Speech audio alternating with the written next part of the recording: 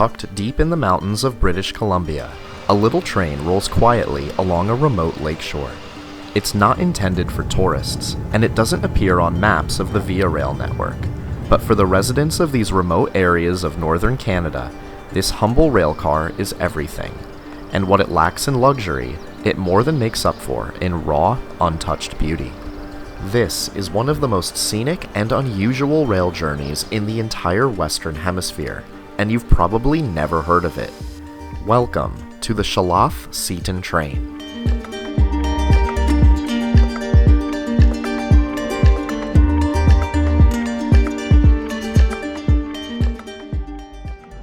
And just one quick note before we dive into the video.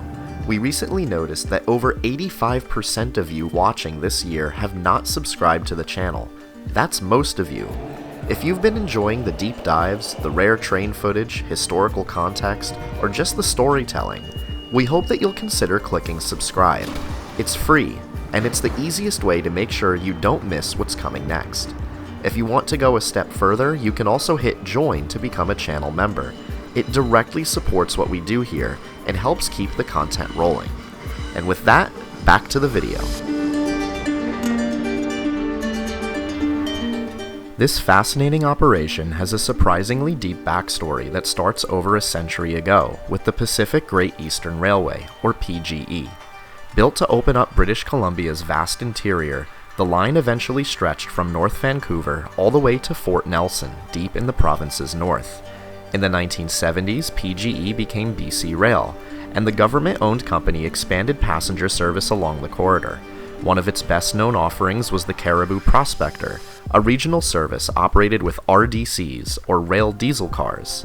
Coming north out of Vancouver several days per week, it connected rural towns and indigenous communities along a rugged corridor where paved roads were few and far between. Along the way, it stopped at places like Seton Portage, which depended on rail for basic access to goods and services. But in 2002, BC Rail shut down all of its passenger operations, citing rising costs and low ridership. Shortly afterwards, freight operations were handed over to the Canadian National Railroad. For Seton Portage and nearby communities, this could have represented a significant hardship. But recognizing the social importance of the route, funding was identified to set up a bare-bones replacement service at least between Lillooet and Seton Portage. At first, this came in the form of tiny railbuses converted from motorized speeders. Recently, these were retired, and the service now runs with high-rail buses, modified school buses with retractable rail wheels, operated by a Canadian national contractor. They're mainly used to move maintenance crews, but on this line, they're used as a passenger train.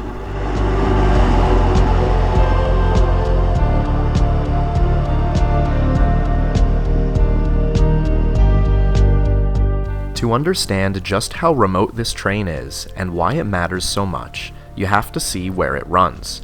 We are in the Pacific Northwest, on Canada's rugged west coast. Here in British Columbia, there are towering mountains, deep valleys, and some of the most dramatic terrain on the North American continent. Down here is Vancouver, British Columbia's largest city, a major urban center, but keep heading north and you'll leave all of that behind. About 4 hours north of Vancouver, deep in British Columbia, is where we'll be today, where this train service operates. At one end of the line is the town of Lillooet. It's isolated, quiet, and completely surrounded by steep terrain. Just west of the town is Seton Lake, a long, narrow fjord-like lake wedged between cliffs and forests. The single-track PGE rail line hugs its northern shoreline, barely clinging to the mountainside. And on the far western end of the lake is a tiny community, Seton Portage. Now here's the challenge. There's no direct, easy road between Seton Portage and Lillooet, where schools and stores are mostly located. The only way out by vehicle is this, a steep, winding mountain road with brutal switchbacks, prone to rock slides and closures. And that's what makes this train just so important. It's not just scenic, it's essential. A lifeline that quietly connects Seton Portage to healthcare, groceries, schools, and services in the rest of the province. Our journey today begins right here in Lillooet, a railway town, and the starting point for one of the most remote rail rides in Canada.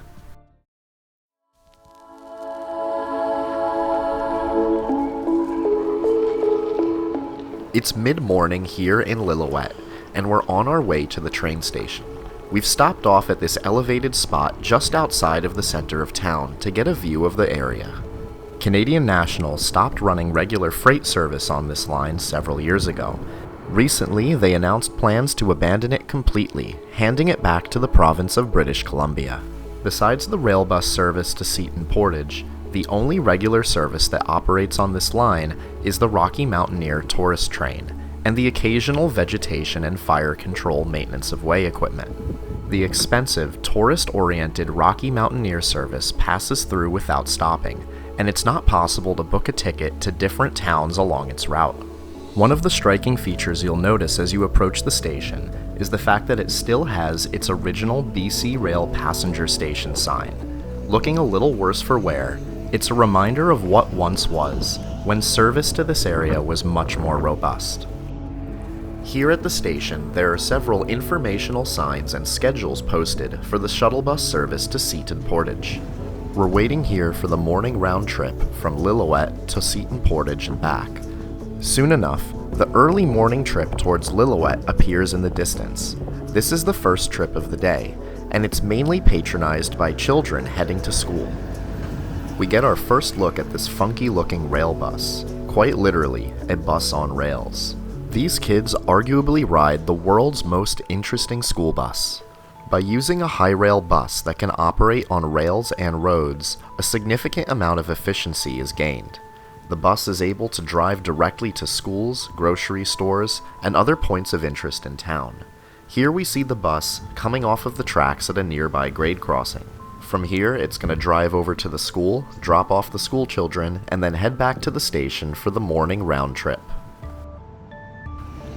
15 minutes later, and the bus is back at the station, and soon we'll be ready to board.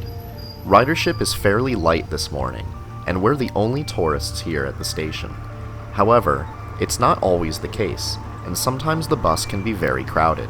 It's important to understand that this is an essential service, and tourists should expect to not always be able to ride. We're excited to show you a close-up, in-detail view of this fascinating vehicle. As you can see here, the bus is equipped with retractable railroad wheels. Vehicles that are equipped with this type of system are often called high railers, and are fairly common in North America.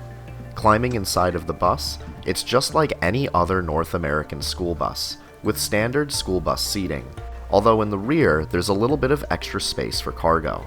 These are the same buses that Canadian National Railway uses to transport its workers to work sites throughout Canada, and occasionally the buses on this service will be swapped out for other buses in their fleet. Pretty soon we're on our way, and here you can see the bus pulling onto the grade crossing, where it's going to lower its wheels and switch from road travel to rail travel.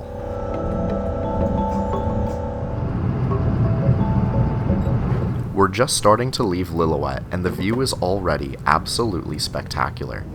Fairly quickly, we leave the town of Lillooet behind. The first few minutes are spent traveling out of town, and not long after, we're in remote wilderness. The landscape transitions from forests to extremely rugged, rocky terrain. And now, we're traveling along the banks of the Seton Lake.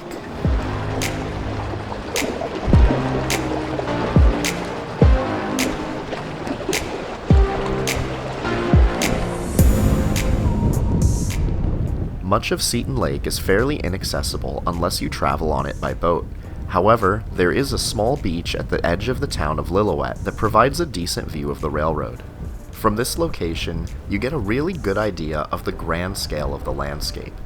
The mountains just absolutely dwarf the rail line here, and you can see why it's such a challenge to keep it open and operating. Rockfall, landslides, and other natural disasters are extremely frequent, and they have severe detrimental impacts on the local population. There was even a landslide one day when we visited. Here we can see the operator tossing some boulders off of the track. A few miles beyond this point, they discovered a landslide that had completely blocked the tracks, and they had to turn back to Lillooet. The remaining services that day, as well as the following day, were completely cancelled. When this happens, it's not just an inconvenience, it's a serious disruption to people's lives. When the line goes out, residents are unable to go to doctor's appointments, buy groceries, or even just go to school. Just one day later, we were able to catch Canadian National crews moving excavators into place to dig the line out from the rubble. Operating a railroad in this extreme environment is incredibly difficult. Much of the mountainous terrain has little to no vegetation, and this causes significant challenges with erosion. The Canadian National Railway is still maintaining this line to operating standards. However, they've completely shifted their freight traffic to other lines on their network, and they're actively attempting to abandon this line and give it back to the province. As a result, residents are growing increasingly uneasy about the future status of the railroad. Canadian National's abandonment of the line does provide opportunities for the province to restart a more robust rail service, but it also raises a lot of fears about potential full abandonment of the line, which would be absolutely catastrophic to local residents. As we continue deeper into the wilderness, the landscape gets more and more rugged, and there are absolutely no signs of civilization whatsoever besides the power lines that parallel the railroad.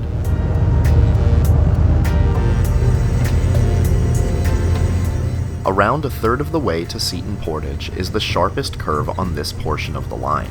This is one of the most challenging locations for rockfall on the network. It's quite difficult to identify which rocks are actually railroad ballast and which rocks were simply eroded from the mountainside.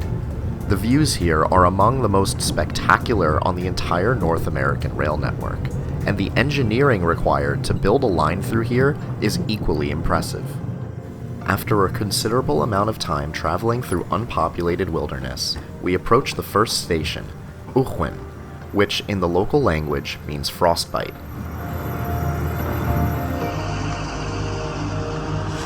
This is a fairly Spartan station, typical of many rural Canadian passenger rail stops. Just a sign, a picnic table, and a wooden shelter. We're running a few minutes ahead of schedule, so the train pauses here momentarily. Shortly afterwards, we're back underway, heading towards Seton Portage. From Ohin until the end of the route, there's a significant amount of residential and in some cases industrial development. The next station we arrive at, which is much more significant, is Shalalth, which means lake in the local language. This is the main station between Lillooet and Seton Portage. Shalalth is where the shuttle host, provided by the Seton Lake First Nation, boards the train. The shuttle host handles payments and reservations for future trips on the shuttle bus. The operation of the bus itself is handled by the Canadian National contractor. Together, they work seamlessly to ensure that the service is provided effectively. Immediately west of Shalalth Station is the Bridge River 1 generating plant, a hydroelectric plant operated by BC Hydro. A short distance beyond it is the South Shalalth Station, just a railroad crossing. This will be our last stop before proceeding towards Seton Portage. After a very brief stop in South Shalalth, we continue past Bridge River Generating Station 2 and continue into the Shalalth Tunnel. When the hydroelectric plants were built in this area, a significant realignment of the rail line had to be done several times. Opened in 1989, this is the third permutation of a tunnel on this rail line through the mountainous terrain in South Shalalth. The tunnel is quite long, 3,940 feet, and has a natural rock interior. There's no lighting, and the only illumination is from the vehicle itself.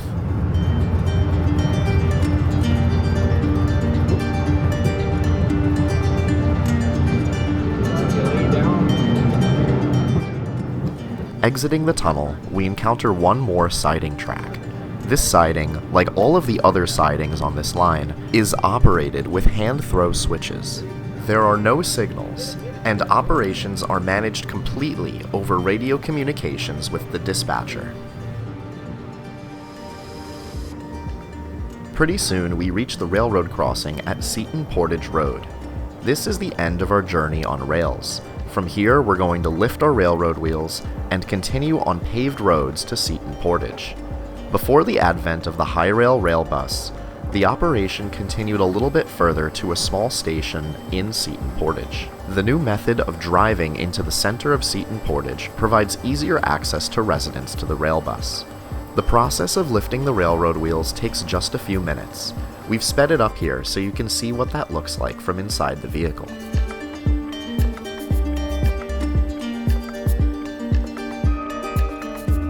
With our railroad wheels lifted, we drive off of the tracks and directly onto the paved road.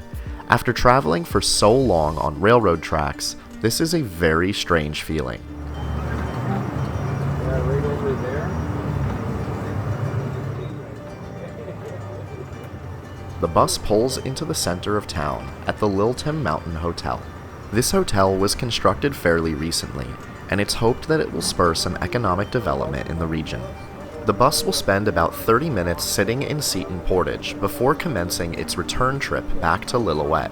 However, it is possible to spend the night here and return back to Lillooet on another day. Seton Portage is a small strip of land between Anderson Lake and Seton Lake. Connecting the two lakes is this river that runs right through the center of town. It's very similar to Interlaken in Switzerland. Here's a quick brief view of the center of Seton Portage. The roads in town are all paved with asphalt, but the access roads on both sides are gravel and are fairly treacherous unless you're in a four-wheel drive vehicle.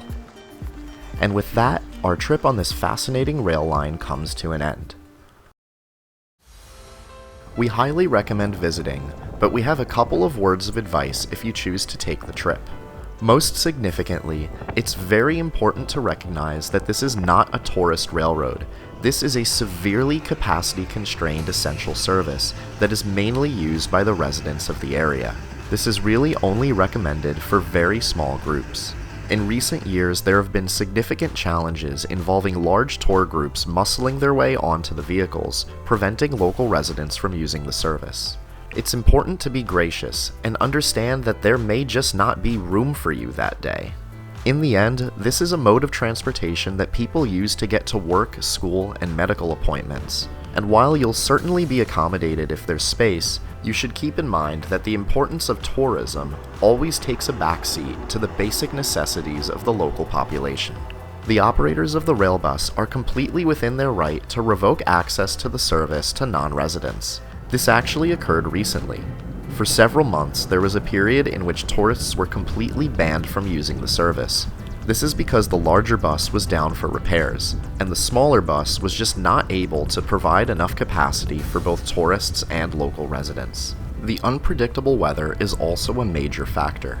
In the 3 days that we were in Lillooet, the shuttle bus service only operated on one of those days. The other 2 days, the line was completely blocked by a landslide.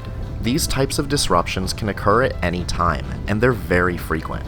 If you're planning to visit, it's highly recommended to be extremely flexible, and maybe give yourself a few days in the local area, just in case.